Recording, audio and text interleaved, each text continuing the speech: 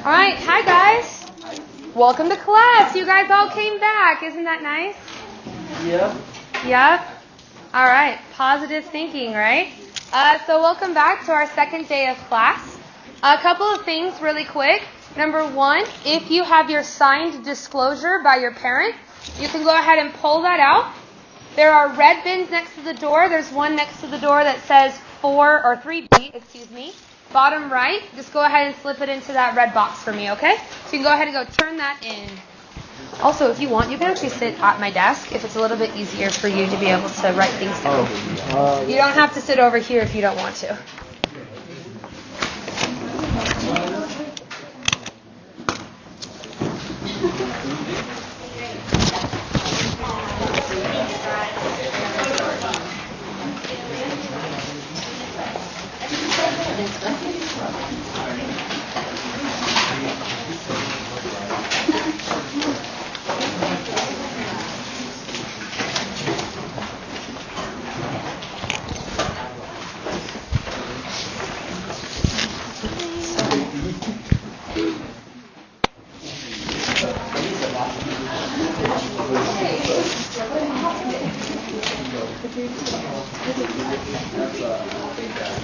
Okay, hey, listen real quick.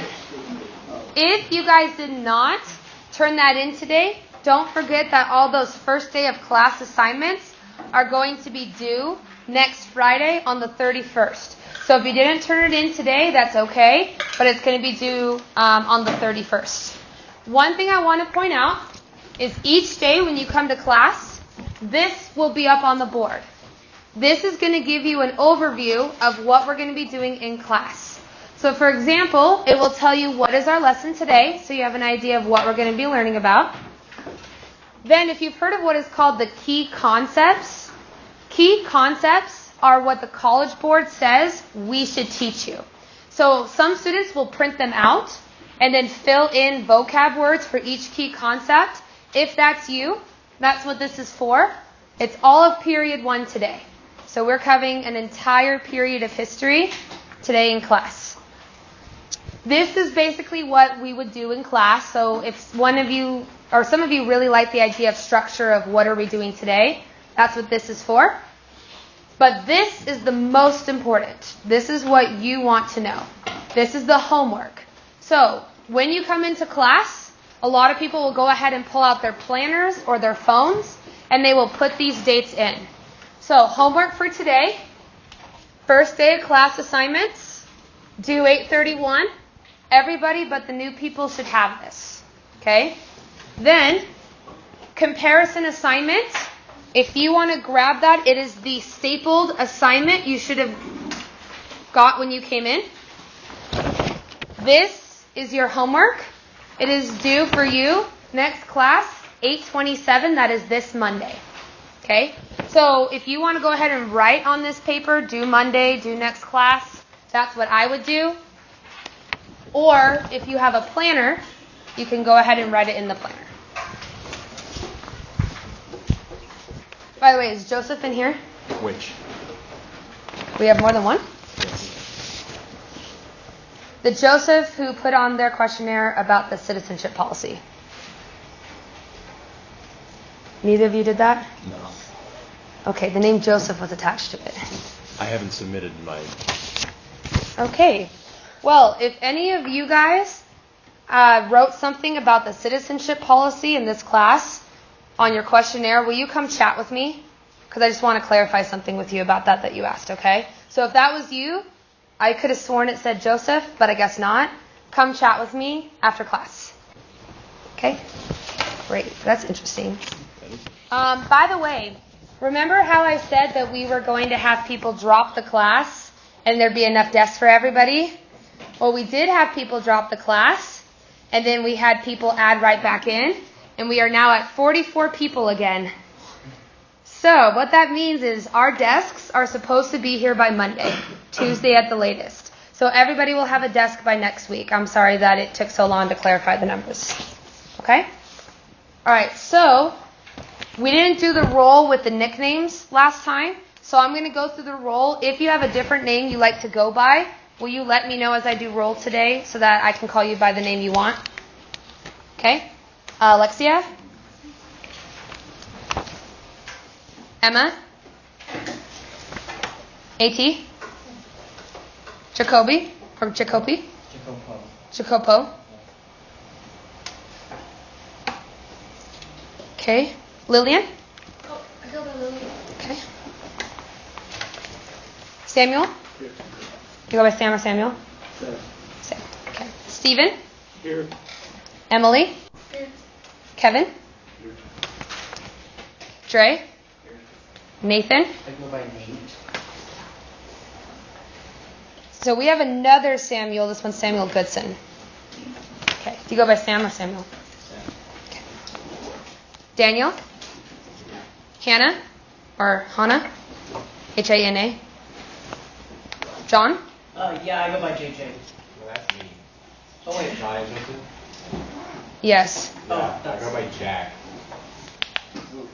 Okay, we'll come back to you. Joseph K. JT. Yeah. Christian? Grace? Alexandra? Here, I go by Alex. We have lots of nicknames in this class. Ella? Here. Gabriel? Yeah, I go by Wait, we have two Gabes for Gabriel. Do you both go by Gabe? Mm-hmm. All right. This is going by Gabriel. No. Nope. Last year, we had one class that had 8 Jacksons. Yeah. And none of them went by a nickname. Caitlin? Here. John? Is this Malou? Yes. Okay, I go by JJ. Okay. Kylie? Here. John M. So wait, do we have 3 Johns? That's me. Except for Pablo. Pablo. Aaron? Here. Aiden? Here. Eliza? Here. Morgan? Or wait, Joseph. Yeah. And then the next person, your name is cut off. So I only have Sath. The rest is cut off. Last name, M-U-R-U-R. You would know if it's you. Okay. Ayush? Katrina? Here, but I go by Keith. I think that makes 3 Katies in here. Marie? Here. Elena? Here. Liza? Here. Catherine? Here. Do you go by that? Here. Okay. Theodora? Abigail? Here, but I go by Alex. Joshua? Here. Josh. Jacob? Here. Melissa? Here. Isabel? Here. Gabriel W? You go by Gabe? And Hiram. So out of the class of 44, 18 of you have nicknames. And 9 of you share names. It's going to be a great year. Start off strong. If it takes me a little bit to do names, I apologize. Okay. So we're going to go ahead and we're going to get started today. A couple of things about what you received in class. So all of you should have received a notes page. This is the page that you need to have out. This will have all of the notes that you have. Remember how I said I printed them out? That's what these are for. Okay? All of my notes have a connect the dots.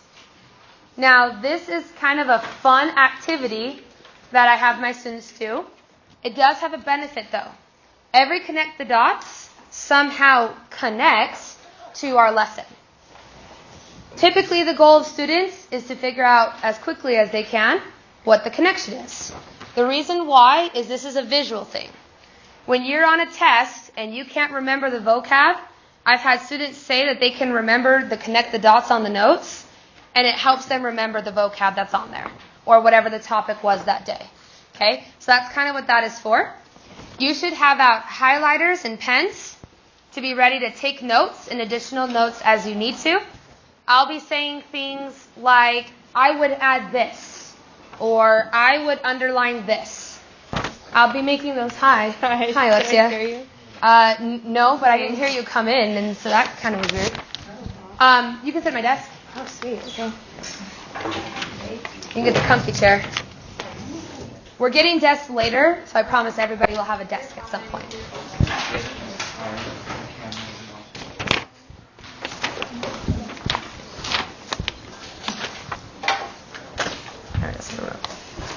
Anyways, so this is the notes page for the day. You already know about the homework. The other paper is an in-class assignment. Okay, we'll be doing this in class. The biggest thing that I will say, and now I have to say it because it's happened in another class, if you fall asleep and you sleep through this assignment, you have to do it as homework. Don't give yourself more homework than you deserve.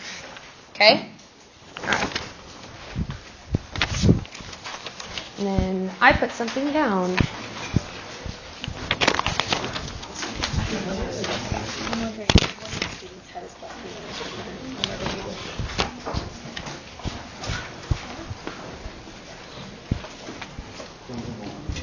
Watch out, robot and movement. It's going to be really up close and personal. So is that okay? No, it is watching one person. There.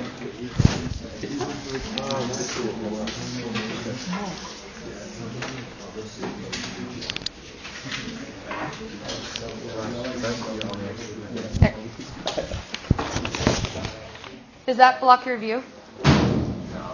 Okay, good. Just be very careful you don't hit it, or it's $3,000. That's $3,000. Mm-hmm. Granite was very nice to us and gave us a nice gift. Okay.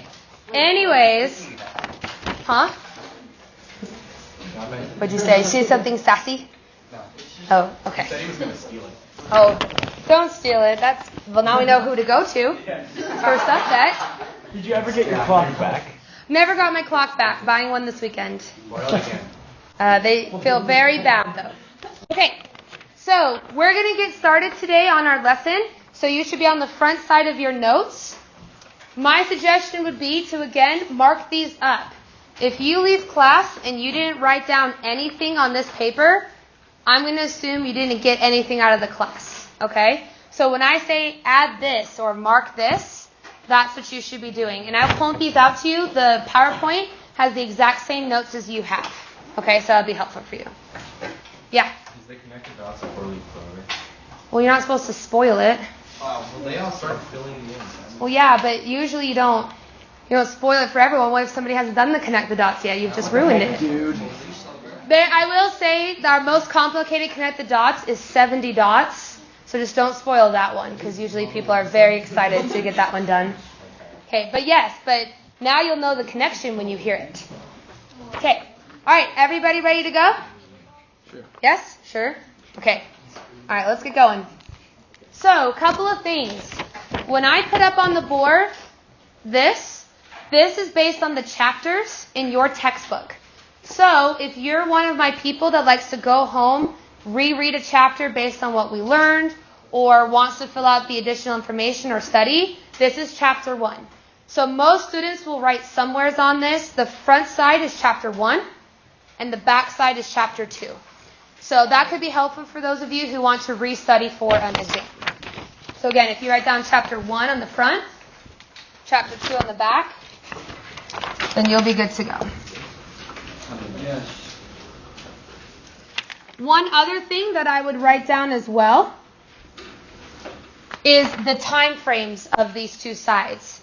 The front page is pre-1492. What happens in 1492? Columbus sails the ocean blue. Exactly.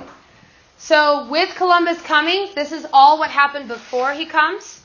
So the back side would be after 1492, which is after Columbus. Until.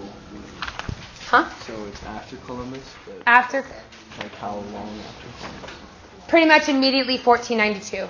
1492 is the year where this changes. Before, it's Native Americans living here on their own. Then afterwards, it's European and Native American conflict. Yeah. When does chapter 2 end, though? Like what year? It's 1492 to what? According to the key concepts, it is 1607. 1607, which is, look at you guys already smart. You don't need me. Yeah, 1607 is Jamestown. So, period 1 is from what they call pre-1492. That's just, they don't give a date. It's basically 10,000 BC to 1492. And then it ends with Jamestown in 1607, which I call English colonization. That's when period 1 ends. Okay? Right. So let's get started. So, before we come into the Americas, we start in Russia. Okay? Now, from what we know, the vast majority of human population at this time is going to be based in Asia and in Africa. Now, with the Ice Age comes the ability to move over into the Americas simply because of an ability. But really, this becomes an essential part because of two major causes, and they're going to be in the upper right-hand corner for you to write down. Number 1, hunters are going to follow their prey. And 2, they're going to follow the fish from Alaska. So both of these reasons are getting there. We're almost to Bering Land Bridge. So the two causes of why they came are going to be really to follow the food. Now, this makes sense because these are hunter-gatherer societies, which means they have to go find their food and bring it back. So they have to follow the food in order to be successful. Now, somebody already said it, but how are they going to get across into the Americas? They're not going to fly. It's on your paper. The Bering Land Bridge. There you go. So we have the Bering Land Bridge. This connects Russia to Alaska via basically an iceberg, a glacier. Okay? So with the Ice Age, they're able to create a land barrier between these two areas. Now, with this land barrier, humans can now cross. Now, were they sitting there thinking, I want to be an explorer, I want to find a new spot? No. What they were thinking of, the food is coming this way, so guess who's going to follow? Me. And we're going to follow the food. Now, if you look at this map over here, this is mega map. Over this way. Yep. So, Russia, we're going to move across into the Americas. This is the Bering Land Bridge with the Bering Strait. Okay? This is America over here. Sorry that it's cut off. But with this movement across, you're now able to come into the Americas. The Bering Land Bridge, does it exist anymore? No. Right? Why? Because the Ice Age ended. Right? All this melts. This distance is about 60 miles. That's why when Sarah Palin made that joke that said, I can see Russia from my house, it's because you actually can on a clear day, because it's only 60 miles across. But unless we have another Ice Age, we won't have a connection. And while they could build a bridge, they never will to Russia. I highly, highly doubt they will ever make a bridge to Russia. Oh, it would be very expensive. That's not the reason they wouldn't make it. There's a few other political reasons of why we probably wouldn't connect to Russia. Now, the very first people to come to the Americas are called the Clovis People. Okay? How does your Connect the Dots connect to today's class? Four-leaf clover. Clovis. Now, why I say that is because that's one of those key little things. You could say clover, Clovis. If you accidentally put Clover People on the AP exam, by the way, they typically will actually accept that as the Clovis People. The AP board wants you to succeed incredibly enough. Yes? Why are they called the Clovis? Give me 2 slides. Okay. So, the Clovis people were hunters and gatherers. They followed the food over across the Bering Land Bridge, down through Canada and south. Why did they not stop in Canada? Canada's cold, right? The north is going to be a lot more ice. Down south, that's where the animals are going to naturally migrate, so they're going to follow with it. Why, you might ask, were they called the Clovis people? Because they found I'll just wait for you. they found the only evidence of the Clovis people in Clovis, New Mexico. Okay? Typically, people, when we discover them in a certain location, that's why they are called the Clovis people. So, in Clovis, New Mexico, they find these spearheads. Now, when we compare that to the East Coast, the Clovis people spearheads were 2,000 years older than our oldest things found on the East Coast. That's why they're assuming that this is considered the oldest people in America. However, now we have a little bit of controversy. As time has gone on since 1929, we found new discoveries that might actually change this opinion. You see, as we started to excavate and find new things, we found these, which are rare gems. They found that there's no way wind or water could have shaped them the way that they are. These have been carbon dated to about 1,000 years older than the spears from the Clovis people. Additionally, they now also think, did people come over by boat?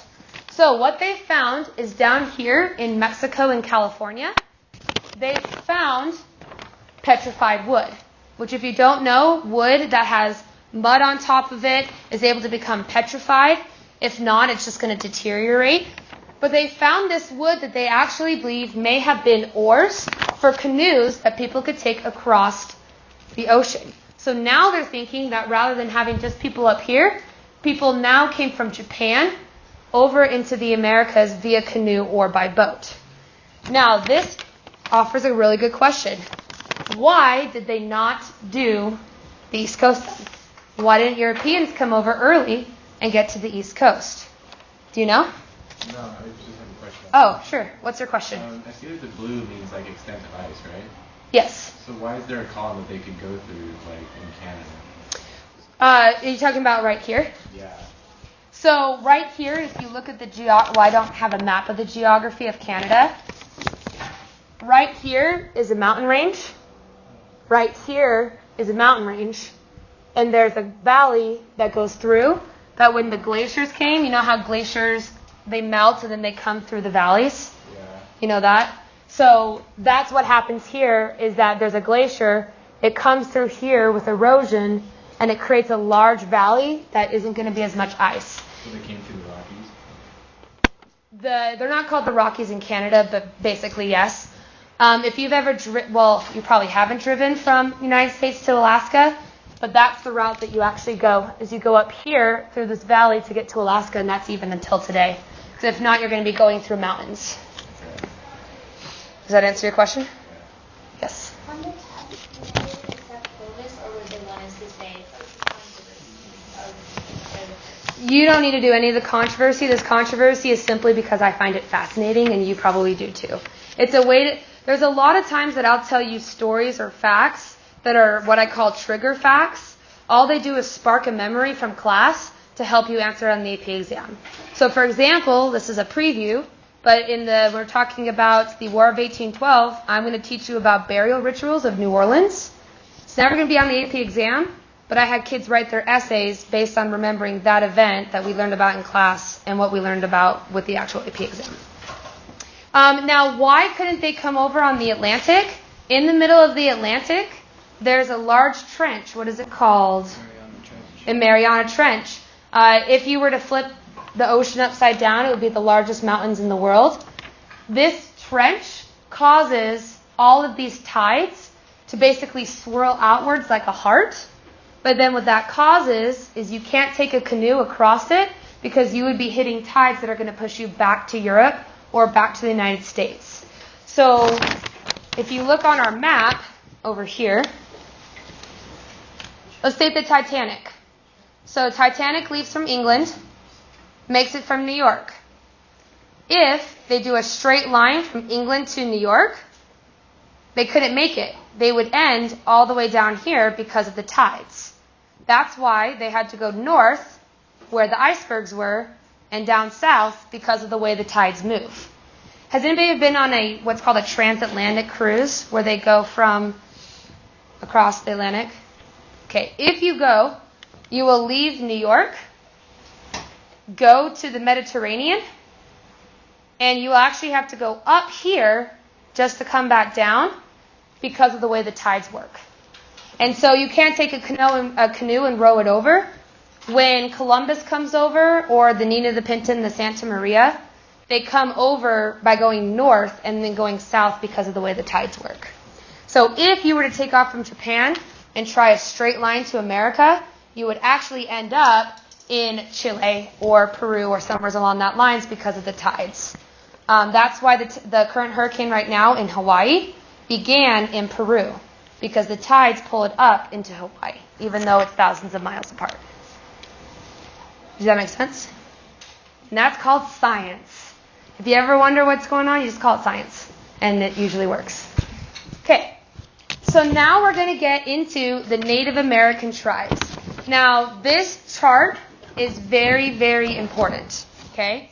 Now, this is going to be all the native tribes that were there during this time period. Okay? On the left side of your chart, I want you to write down the word contrast.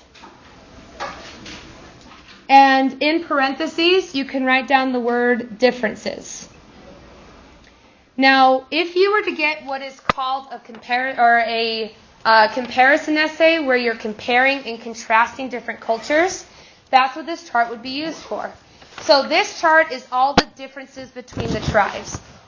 How are tribes different depending on where they're at in the United States? So we're going to go through these 4 sections, and the 4 sections are designated by the College Board. So these are the 4 general areas that you'll need to know. Okay? Now, if you look at this map has all of the tribal areas pre-1492. If you notice, there's a lot, right? There's not just little sections everywhere. Now, while this section, let's say the Southwest, has maybe 30 major tribes, they all have similar economies, they have similar environments and livable spaces because they're all in that similar environment. So when we talk about these areas, while individual tribes may be different, the areas in general will have the same lifestyle as all the others. So we're going to start with the Southwest tribes. I would star the Southwest tribe area and the East Coast area. Those are going to be the 2 most commonly referenced areas that you're going to see on the AP exam. Now, on this is directly from the AP College Board. The things that I would highlight or underline are going to be maize cultivation, Mexico, because this is where it's going to come from, is Mexico to the United States, and advanced irrigation. Those are the 3 things that I would highlight on this piece of paper. Okay? Those are the most important things to know. Now, you good? Let me go over again. Okay. Now let's talk about the importance of maize. Maize is a word that I would star if you haven't already done so.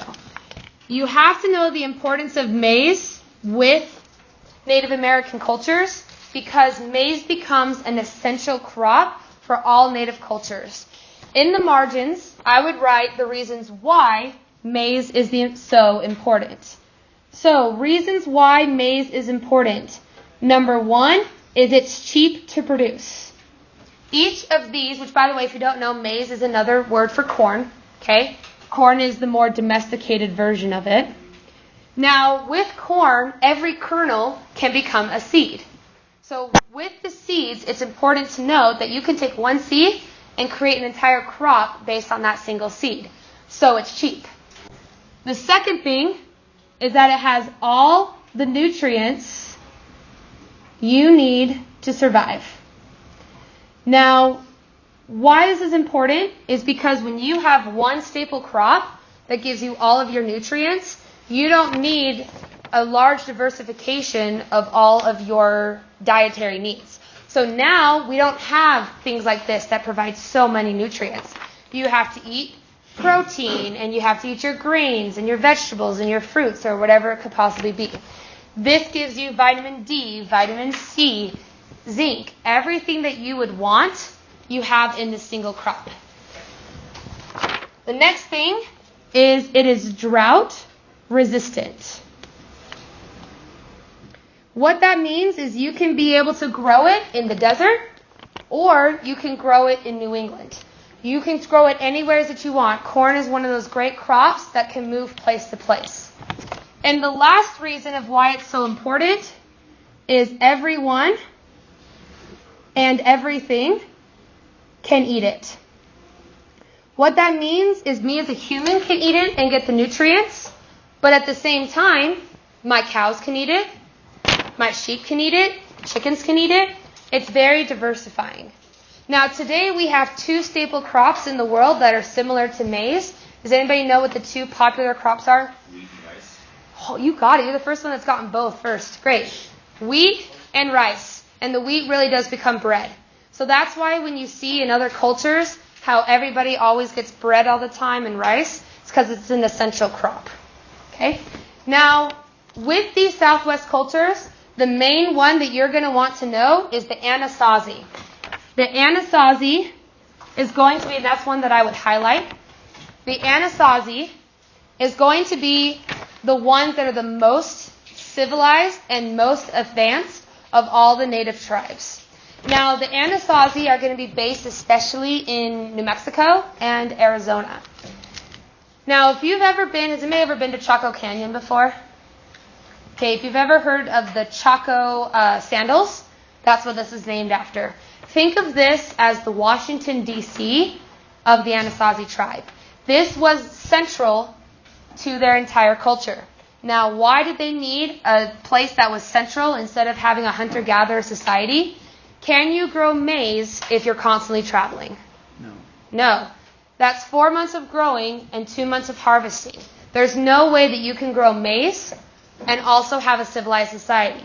So what I would write down is I would write down maize equals permanent societies.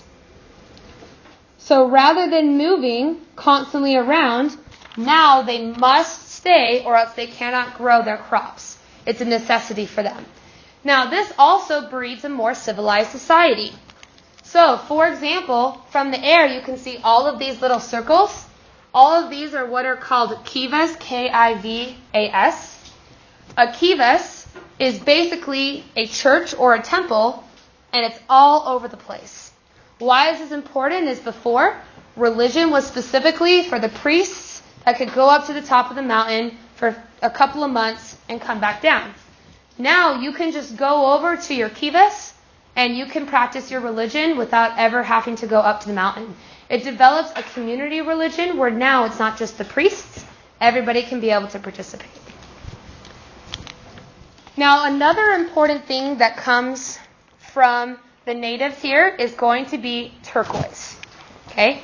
Now, turquoise is going to be an essential mineral that allows you to be able to sell this because it's a softer rock, which means you can mold it to whatever you need it for. And 2, when trade starts up, all of these native tribes around these turquoise deposits can now trade with the Europeans who find it pretty and nice. So if you've ever been to New Mexico or Arizona and been to a gift shop, you're going to see turquoise all over the place. It's cheap, and the Europeans loved it, so they were able to use it as trade with the Europeans. And you guys aren't asking a ton of questions. Are you guys doing okay? No? Oh, you shook your head. I was like, oh, that's not good. Yes? How did the Native American cultures feel about turquoise? Did they value it as like a precious mineral, or? They viewed it as a precious mineral that was easily available for their religion. So it's the same reason why up in Idaho, the Nez Perce and the Shoshone, they would actually use garnets, and they would use those types of things because they're more popular in that state compared to others. A lot of native religions are centered around nature and what you find in nature. Well, you find turquoise in nature, it's pretty, it can be used for religious ceremonies. So it really depends on where you're at. It changes based on where you're at. Yeah? How did they use the turquoise and did they just use it for the ceremony? Yeah, so if you look right here, so this is an example of a necklace. Necklaces were, as in most places, symbols of power that you could be able to wear. They would also make amulets. They would also, headdresses had turquoise in them. Nowadays, I would say native tribes don't have as much respect for turquoise because it's been commercialized. I mean, you can go to a gas station in New Mexico and find Native American turquoise relics that you can buy for $2 at the gas stations. Yeah? You have to mine for it, or can you just find it on the ground? You can actually find it pretty shallow underneath the ground. If you go up into the mountains, turquoise is all over the place. You can find it. It's just like fool's gold here. You can just go up into the mountains, and it's just a rock that you can just find laying around. Or you can dig hardly deep at all and find turquoise in the ground. Yeah, that's why turquoise is so cheap compared to all the other gems. It's because it's so readily available. It's all over the place in New Mexico. In fact, a lot of people will actually have their flooring made out of turquoise, and it's not that much more expensive than traditional flooring in their houses. Anybody else? Yeah. Okay. Now, one other, which is probably the most famous of all the Anasazi, is this location. I haven't had a class yet not get it. What is it? Good job. The Mesa Verde. M-E-S-A Verde. So, Mesa Verde, by the way, is probably the most famous of all of what is called the Pueblo Dwellings. On your paper, I would make sure to write down the word Pueblo. That's Pueblo. Pueblos are mud buildings that are used to create housings and dwellings. The reason why is because there's no trees that you can make houses out of. So instead, you make it out of mud. Now, the thing about Mesa Verde is it's put into this cliff. This part right here is 18 stories tall. So you end your community and you drop 18 stories. Above, this up here is about another 20 stories.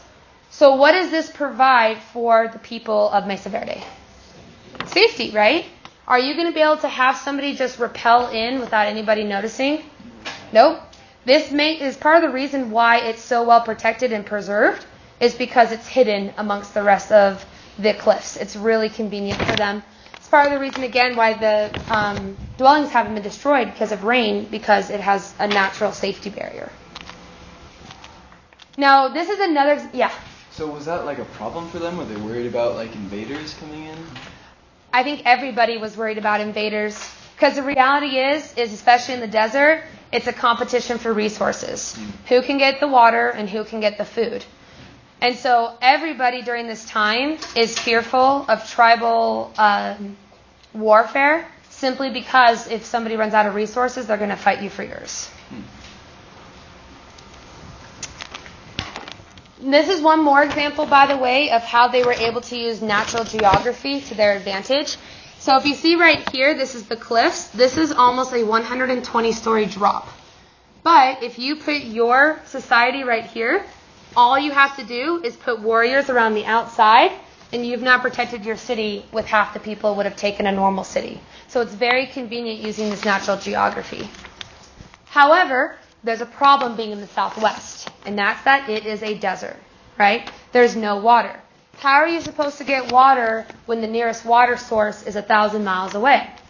Well, they created irrigation systems, and that's one of those ones that you should have highlighted before when we talked about it.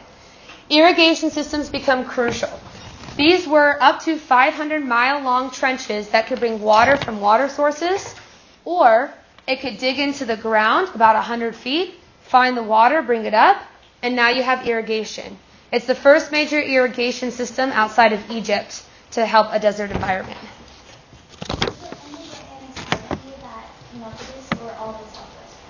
The Anasazi is the one that first starts it, and then it just begins to spread.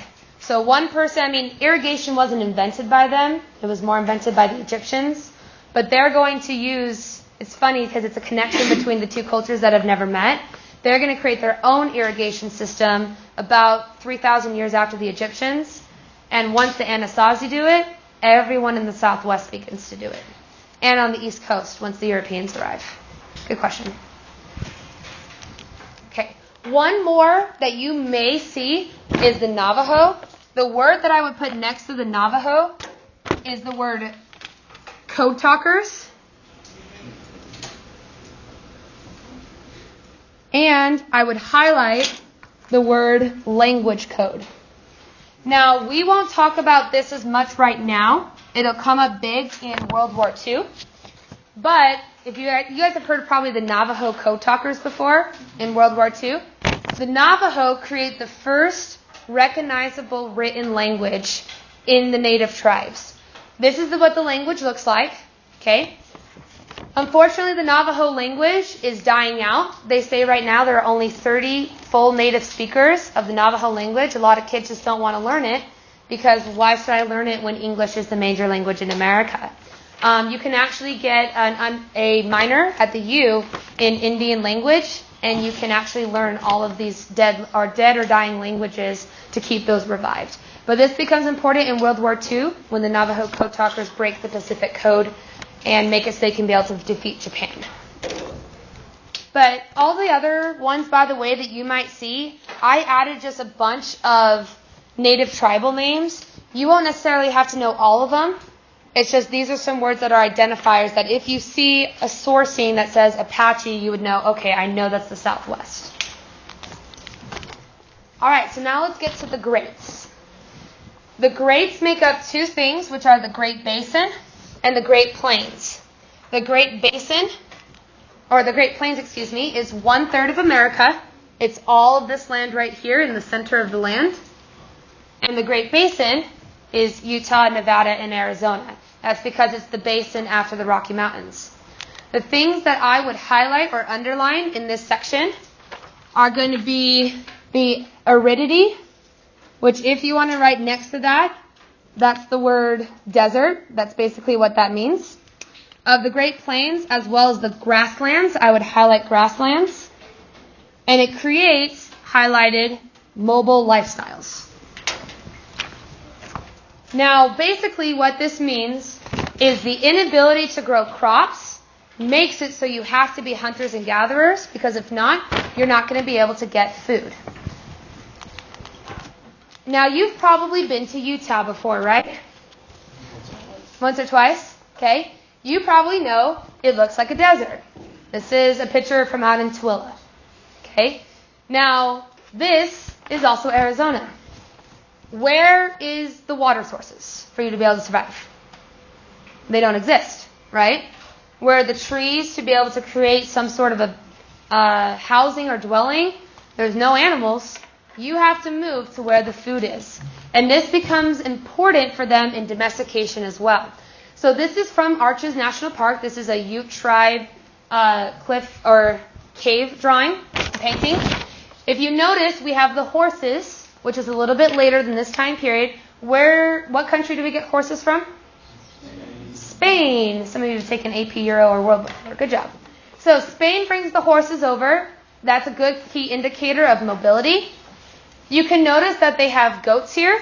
Goats are used as a domesticated animal that can be easily moved because they will move very easily with the horses that go along. So it's a good example of a way that we can tell that they were extremely mobile.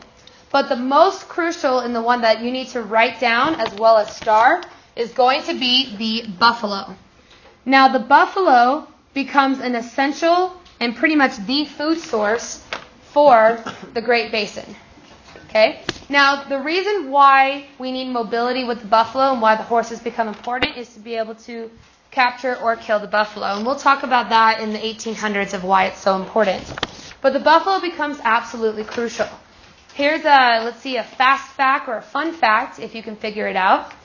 Other than Yellowstone, where is the largest collection of wild buffalo in the United States? You're the first group to get it. It is Antelope Island. Very good. Antelope Island, which is not that far away from here, has about 800 head of buffalo. And so it's a major collection because used to be, there was a land bridge between Antelope Island and the main, or Ogden and things like that. And so the buffalo would come over, so that's why there's such a large collection over there of buffalo. Now, again, we talked about before, what is this? Maize. The other two crops that become important are the beans and the squash. This is also very common in a lot of different native tribes throughout before 1492. Okay, last one is the East Coast. We're about to take a break, so I know some of you are overloaded a little bit, so we're going to take a break in just a second. So, with the East Coast, I already told you to star the Southwest tribes and the East Coast tribes. The thing that you need to highlight underneath here is going to be the very last line that says development of permanent villages.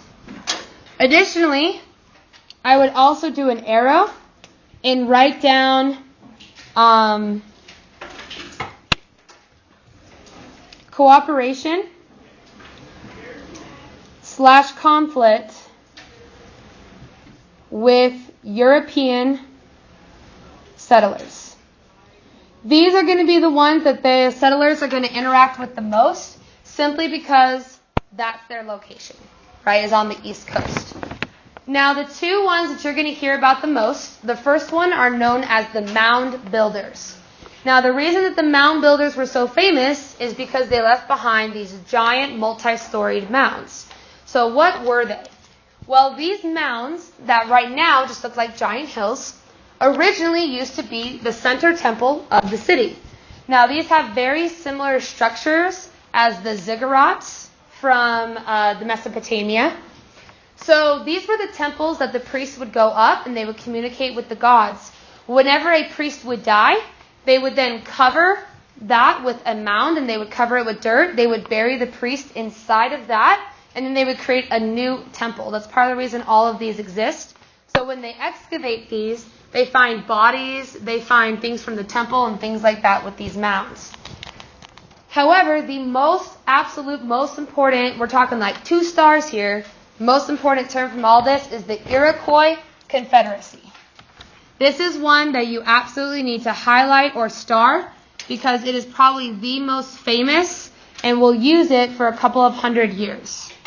So the things you need to know for the Iroquois Confederacy, you should underline or circle alliance, 5 nations, and European cooperation. Now, the Iroquois are going to interact the most and the most successfully with the Europeans that come.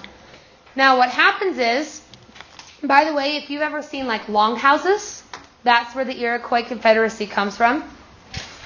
But what happens is that you have 5 tribes that are similar in style. They're in the similar area. You can see them. They're in New York right here. They're going to come together and say, we need to unify. It would be better for us to come together and work together rather than be separated. And so what happens is they're going to create a giant confederacy called the Iroquois Confederacy. Now, what happens is you have a guy that comes together and he's going to say, we need what is known as the Great Law of Peace. We need to come together and work together towards a common goal of cooperation. Now what I need you to do is to grab out that one that I said we're going to complete in class today. The single paper, one side says Iroquois Constitution, and one side has questions on it. So go ahead and grab that out.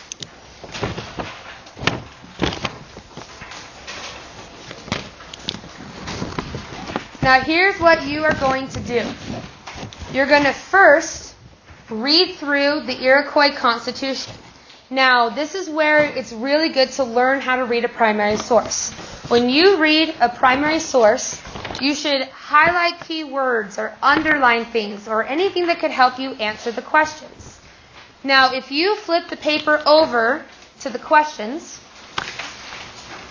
a couple of things. First off, you'll see the second half says Christopher Columbus. We're going to do that later. You need to focus on the first 3 questions. Now, my suggestion would be whenever you read a primary source, to always start by looking at the questions. This is a great tip for multiple choice questions on the exam. The reason why is, for example, the first question says something about the Great Tree of Peace. Now, when you go through and you highlight, what do you think would be a good word to possibly highlight? The Great Tree of Peace, right? That's a good way to be able to read these primary sources. So again, you're going to first read through the questions, figure out what you're going to be looking for. 2, read the primary source, highlight, underline, annotate, whatever works well for you. And then you're going to answer the questions on the back. Now remember, the first 3 questions are the only ones you're answering, not on Christopher Columbus. We'll do that later. And I want to make sure you know that you need to explain yourself. Don't cut yourself short and only do maybe a sentence or 2. Try to fill up all the space available. Okay? All right.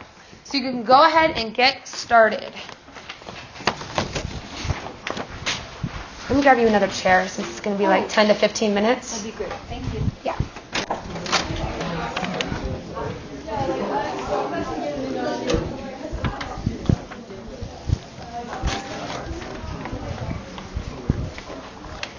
Thank you so much. Mm-hmm.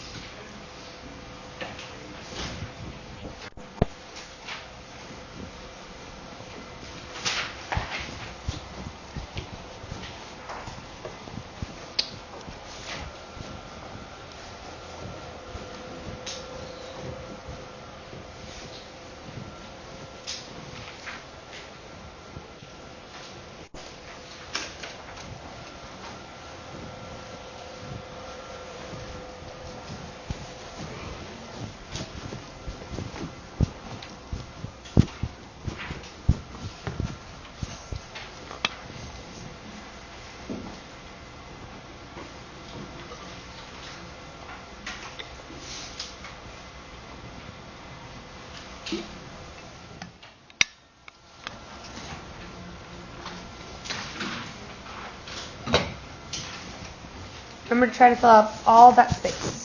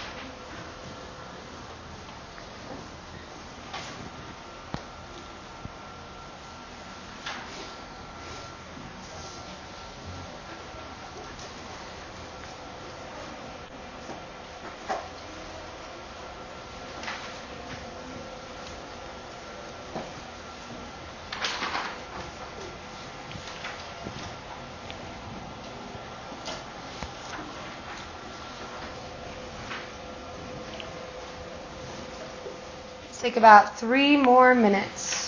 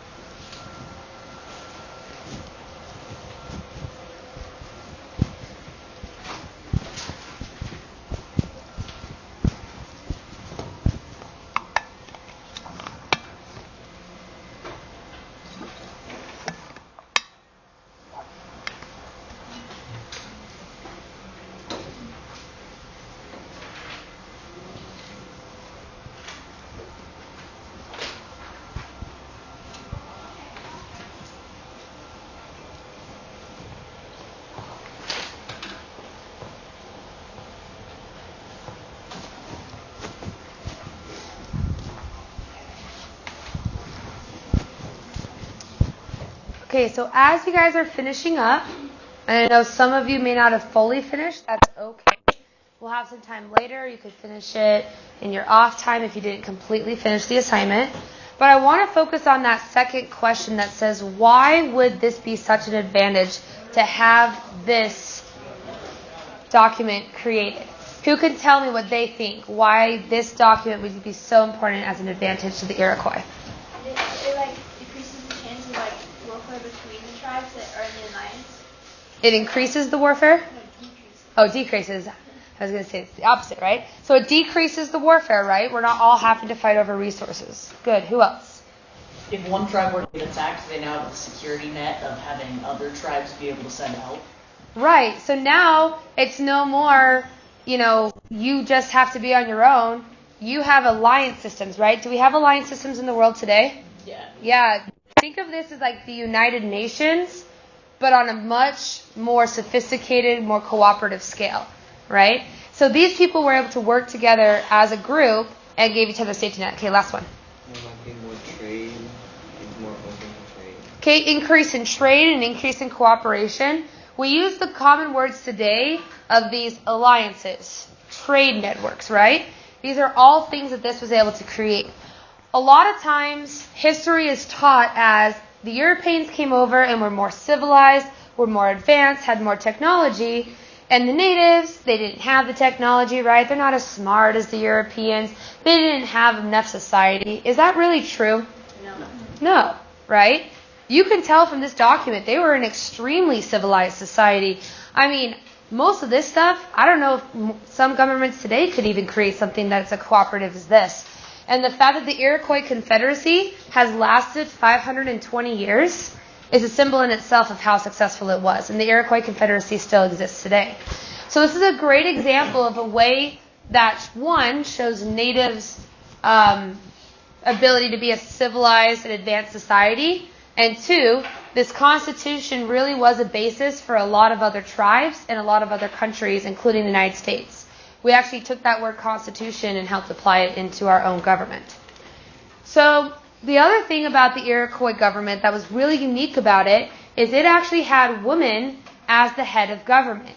So the chief, or the men, or whatever you would normally assume, they were the hunters. They would go for 2 or 3 months at a time, bring back food to the people that they needed, and the women were left at home. So while a traditional European society saw women as you make the babies and you take care of them until they grow up and until they can make babies, right? That was the original goal.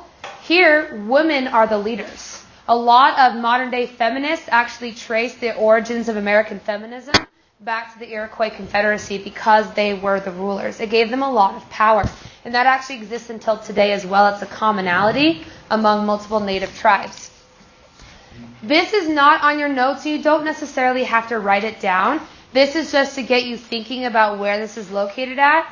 When we get to the Powhatans, who's known as Pocahontas, right? There's a reason why he was called Chief Powhatan. This is in that same area. They're a strand that comes off from the Iroquois originally. But just to give you an idea, you don't have to write that down. We'll talk about it later.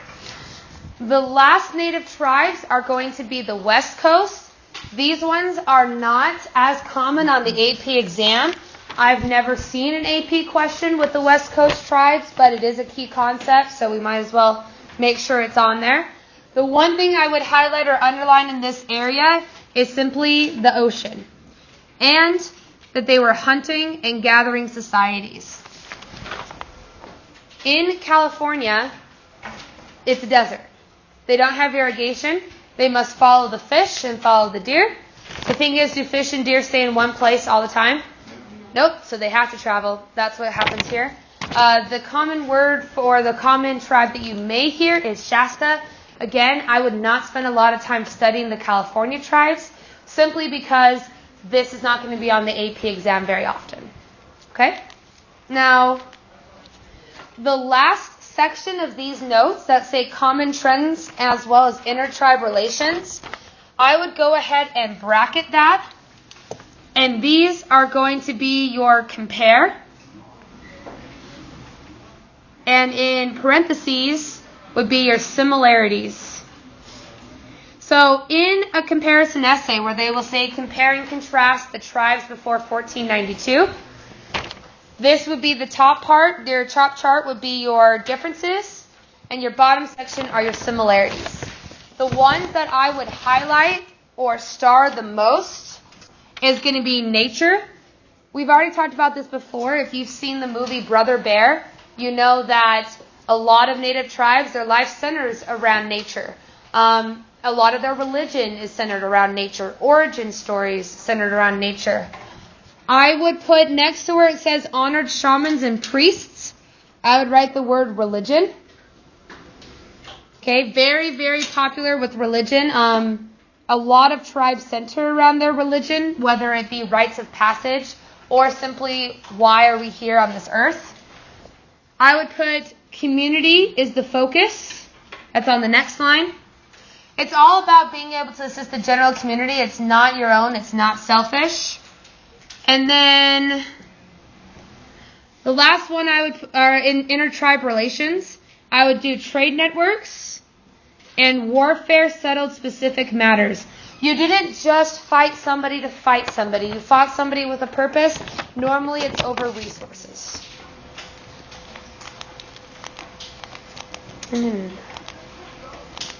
Okay, everybody good on Native Americans? All right, so let's have a wonderful guy named Columbus come along, and he's going to change everything. Now again, if you're one of my people who likes to write down the chapters, we're now on chapter 2. Okay, so we're heading into chapter 2. This is based on your textbook, but this is all period 1. So don't think the chapters correlate to the different sections in American history. So let's talk about Christopher Columbus, who comes over in 1492. This top bullet is one that I would star. Why did Christopher Columbus come along? Now, what I would do is I would number these so you know the 3 major reasons of why Columbus, as well as the Europeans, are going to come over. So the first one starts at a search for new sources of wealth. Okay? The main source of wealth, what country were they trying to find? India. India and China, right? Because, and this is over on Megamap again. So right here, this line, where is that? This line right here. What is along this line that's very important in world history? The Silk Road, right? So the Silk Road, right? That's where we're able to transport goods to be able to make the money in Europe and in Asia. Well, if you can find a new route to it, you've just made a quicker way and you're going to make more money. Again, they thought that India was maybe only a month's sail from Europe. They had no idea that this whole continent existed. Number 2 is economic and military competition. Everybody knows that England and Spain hated each other and they always wanted to one-up each other. Even up until the last 50 years, they still want to one-up each other. Now, the last one is the desire to spread Christianity. Now, next to Christianity, I would write down the word Catholic, and in parentheses, put an S for Spain. Spain are going to be our Catholics. And then underneath that, where it says went back to, just put it underneath. Put Protestant. And then put E for England.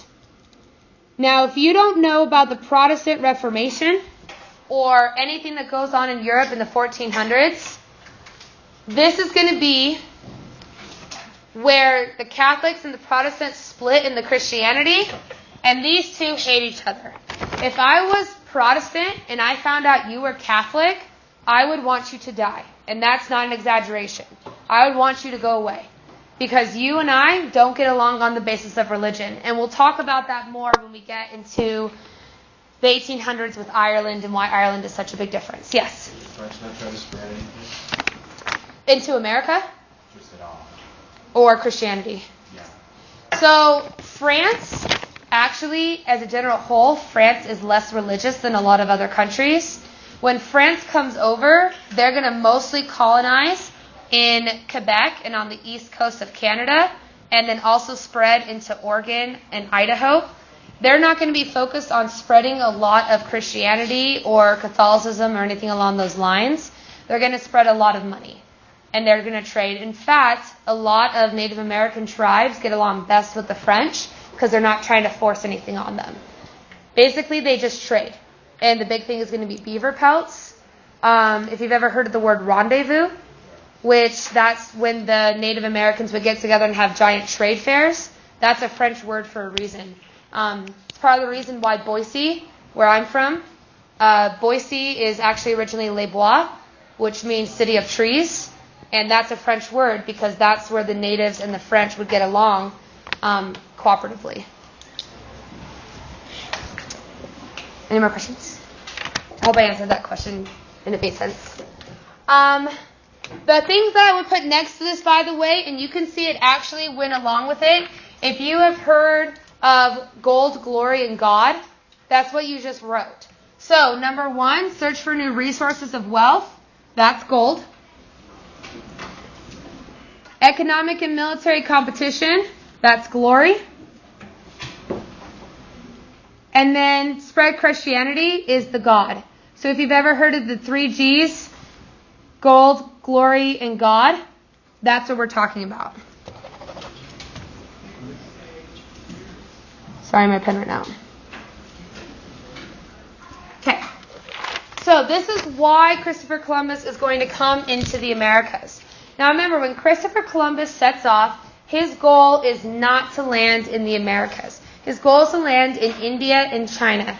He's commissioned by Queen Isabella to come across into the Americas. He assumes his journey will take a month and a half. It takes 3 months. His goal was to hit New York. Okay, so if you look on the map, you got New York here. He ends all the way down into Haiti. So he misses his mark by 3,000 miles. We learned earlier why that would be. Why would he miss his mark? What is it about sciencey stuff? The tides, right? So his tides drive him downwards. He tried to do a straight line. It didn't work. He goes south into Haiti. Now, when he meets the Haitians, he actually calls them Indians, which is where we get that word that people say is the word Indian, because he truly thought he had made it to India. When he arrives, the native tribes, the Haitians, are actually going to give him gold.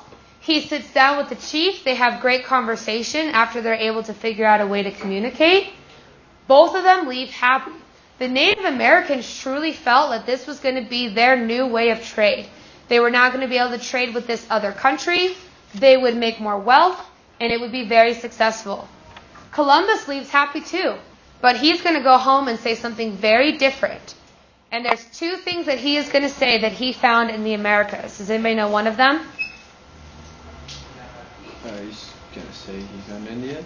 He did find Indians, but he's actually going to call them and say basically in his letters that we have found an easy person to subjugate, meaning create as a slave. So while these people think that they're going to become rich, he goes to the queen and says, we found somebody to make a slave. And then there's another thing he says. He's going to say, we found gold. Here's the thing. Columbus never once saw gold when he was in the Americas. He just heard about it. So he goes home and says, I found gold. I found slaves. And this kickstarts the exploration into the Americas. Now, when the Spanish come, they are going to be conquered by the conquistadors. Conquistadors is a starred term. Conquistadors are the Spanish conquerors specifically. So if the Europeans come along, you would not call them a conquistador. You would call them European or English explorers. Now, the conquistadors are the conquerors. It's an easy word to be able to remember. They're mostly going to try to conquer Mexico and Peru first, so that's Central and South America. Now, what's that? Oh, okay. So you don't have a question? Okay. Now, with the conquistadors, one thing I will say is to show kind of their success. Think about it. What is the major language of Central and South America? Spanish, except one country, which is? Portuguese, which is Brazil. Yeah. So they really truly were the major players and successors of Central and South America. So in this paragraph, I'm going to tell you what to highlight. So I would highlight Spain was the unquestioned leader. They really were the biggest successes. Okay. Pablo, are you doing okay? Yep. Okay. I would do deadly epidemics. And next to that, I would put the major one. What was the deadliest epidemics of the natives? Smallpox, exactly. Now, if you don't know about smallpox, smallpox is basically the mumps. What happens is your body gets covered in these small little lumps. Once it takes over your entire body, it actually gets into your lungs. Your lungs then fill with these lumps until you can no longer breathe, and you basically suffocate to death. From infection to death is about 2.5 days. Now, Europeans did not intentionally bring smallpox over originally. They weren't trying to kill the natives through smallpox. What happened is that smallpox outbreaks have been going on for thousands of years in Europe. You were already immune to it. That's part of the reason most of you have an immunity to some of the big diseases. But the Americas had never had those diseases. So they're carriers that bring them over, and now the Americas are going to be infected. They would say, Cortez, for example, once said that he went to one of the villages, a large village of 100,000 people. He arrived there, and the city was dead in 5 days because all those people had died. That's how quickly it spreads. They actually would say that smallpox was the best weapon that the European explorers ever used. That's what the Spanish considered. I would highlight slavery, but make sure you know that it is Native American slavery. So these are the enslavements of the Incas, the Aztecs, and the Mayans. Okay? Now, while there were African slavery, that becomes big with English colonization. So English colonization really expands that. The Spanish were fine with just taking the Native Americans and enslaving them. They didn't really have a problem with that. Now, the two major names that you will want to know that are the conquistadors that are the most famous is Cortez and Pizarro. Cortez, these, by the way, are good sourcings. That's why I say it. If it's a Spanish-y sounding source, it is probably a conquistador. Now, Cortez is probably the one that most people hate. When he came in, he did not care who died.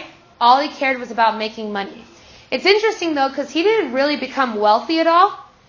He gave all his money back to the crown. I think for him it was an ego thing. He really wanted to be the biggest, baddest, most famous person in the Americas, and he really did become it. I mean, he was brutal. He did not care who died. He would go off and meet. So this one right here shows him meeting. This was a Mayan chief. He meets with the Mayan chief. He basically says, I'm letting you know you are all now subjugates, as in slaves of the Spanish crown. What are they going to say? No, right? You can't go off and do that. So instead, a bloody, brutal fight occurs. The Spanish bring their weapons, and they all die. I think only 10 out of the 200,000 ended up surviving the day, and those 20 became the slaves, right? He did not care. He was bloodthirsty. He didn't mind. Yes? He's the one who got the Aztecs, right? Yes. Mine's in the Aztecs. Mostly the Aztecs. He starts off, I believe, if I remember correctly, he starts off Southern Mayan and then goes into the Aztecs. Yeah, South America does not like him. Pizarro's more north. He's going to go into Texas and Mexico. Now this right here is Mexico City. Originally, it was the center of Mayan culture. If you go to Mexico City, you can actually see the ruins of the original capital. At the same time, you can see the Spanish influences all throughout Mexico. And that really shows how successful the conquistadors were during this time. Now, all of this creates what is known as New Spain, and that's a term that you should know. That's really the success of the conquest, is the Aztec and the Incan empires become known as New Spain. New Spain really comprises Central America as well as southwestern United States. And this becomes their territory up until the mid-1800s with the Louisiana Purchase and the Mexican-American War. Include the Mayan Empire too? Yeah, because this is all the Mayans right here. The Mayans fall very quickly. So this is all the Mayans. And then up here are the native tribes. So they're going to conquer all the way from the bottom of the Mayans down in Panama, all the way up to the Shasta natives. This is right here, the Anasazi. This is Utah right here. All that gets conquered by Spain. And it really doesn't go back to anybody else. France buys the Louisiana Purchase. So other than this part, all this is owned by Spain up until 1836. And that's when America conquers Spain in the Mexican-American War. And we get it in 1842. Okay, one more thing really quickly.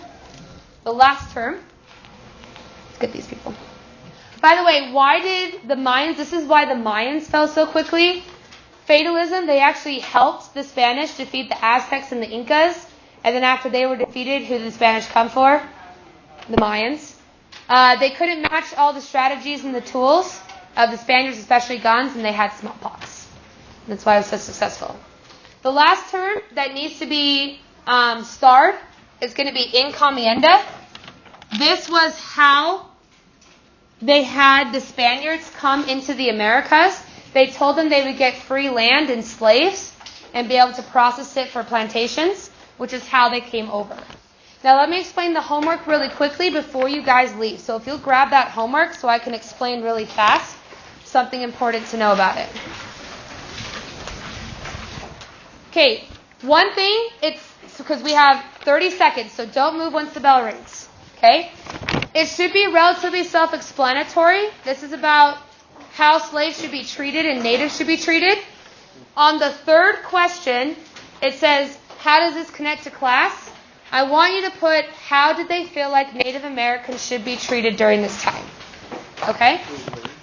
On the third question, how should natives be treated during this time? Everything else is basically just analyzing the sources connected to it. You're really looking at two opinions.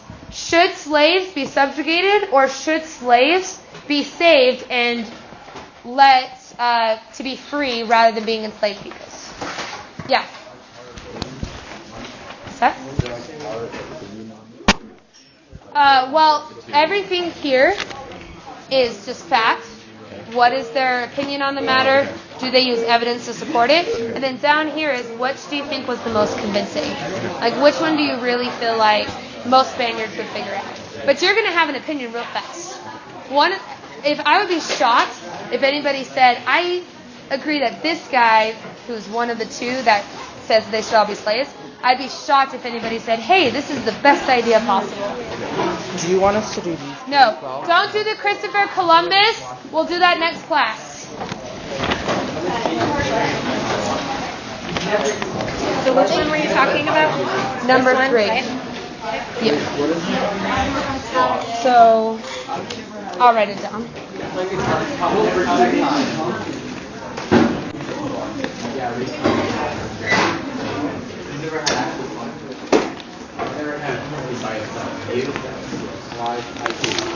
Okay. And then here are all the highlights and the extra notes that I told the other students to write down for you, okay? Awesome. Thank you so much. Sure, no problem.